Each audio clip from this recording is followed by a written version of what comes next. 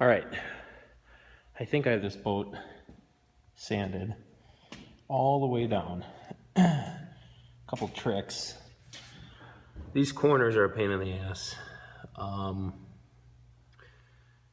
You're gonna have to hand sand it, or if you can, there's a little Dremel sanding wheel. I had on the end of the Dremel, but the Dremel just doesn't have enough oomph to really get it. So I put it on the drill, and seemed to work out pretty good. I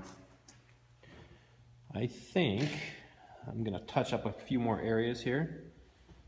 Outside of that, I think we're ready for primer. So what I'm gonna use, see if I can find it. And I bought this from Jamestown Distributors.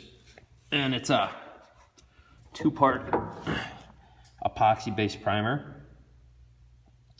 I think it's awfully thick, so it's gonna help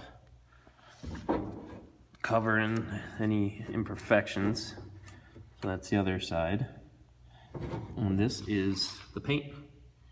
I'm not re-gel coating the top side. I'm using this paint. After researching, this kind of seemed to be the standard into what people were doing.